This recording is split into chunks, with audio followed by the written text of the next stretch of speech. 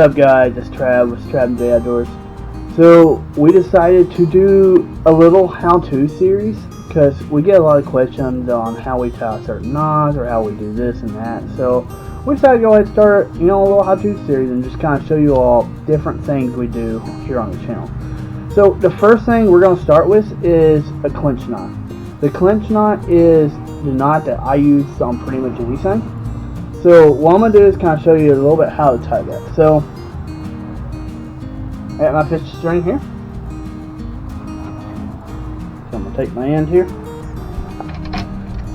I'm going to use a really ginormous hook. That way, that way you can see things. So the first thing you do is you just take it, feed the line through the hook there.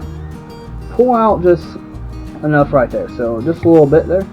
And what you want to do is now twist this line about 8 times. So 1, 2, 3, 4, 5, 6, 7, 8. Perfect. Now while holding that same line, grab up here, take this loose end that you have.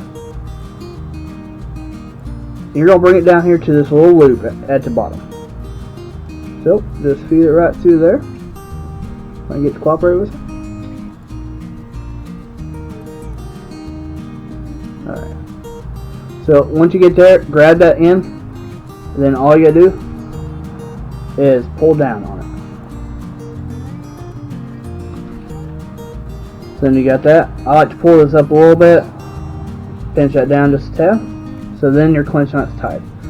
Now with pretty much any knot that I do, I like to put 2 little granny knots on top of it just to kind of give it an extra support. So just go into there, tie a couple granny knots.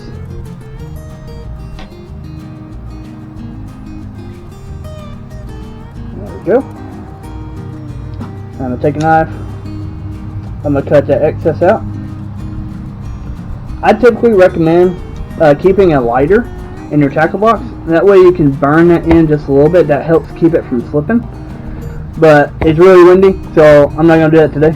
But there you go.